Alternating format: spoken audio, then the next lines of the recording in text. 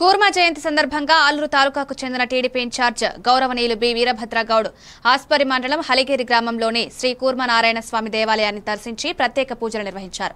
అనంతరం అక్కడికి విచ్చేసిన జగద్గురువులకు పాదాభివందనం చేసి ఆశీర్వాదం పొందారు.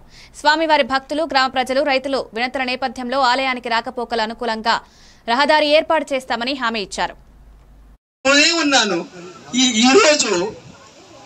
నా యొక్క వేడుకను వీరభద్ర గౌడ్ గారి నోటి ద్వారా స్వామి వారి వాకులు పలికించి రోడ్డు వేయిస్తామని చెప్పేసి వారి యొక్క నోటి ద్వారా చెప్పడం నాకు ఎంతో ఆనందం. అంతేకాకుండా వారికి, వారి కుటుంబానికి కూర్మనాథుల యొక్క అనుగ్రహం, మరి గురువుల యొక్క పూజశ్రీ గురువుల యొక్క అనుగ్రహం ఎల్లవేళలా ఉండాలని చెప్పేసి మనసారా కోరుకుంటూ వారికి సెలవు తీసుకున్నాం. చేసి ఆ ఉపదేశమైనటువంటి మంత్రము సంపూర్ణంగా సిద్ధి చెందాలంటే గ్రహణ సమయం అంతా కూడా ఆ మంత్ర పట్టణం నిర్వహించబడుతుంది అనమాట.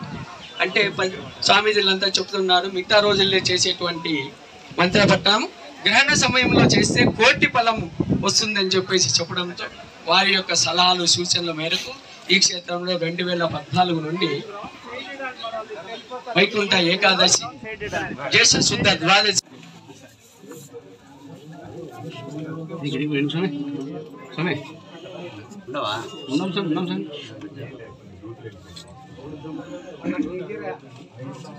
మూలలో ఈ రోజు నేను వస్తుంటే నాకే వండర్ అనిపించింది. మళ్ళీ ఇక్కడ మిగతా వాళ్ళు కూడా చెప్పారు, ప్రతి శనివారం కూడా గిరి ప్రదక్షిణ ఉంటుంది.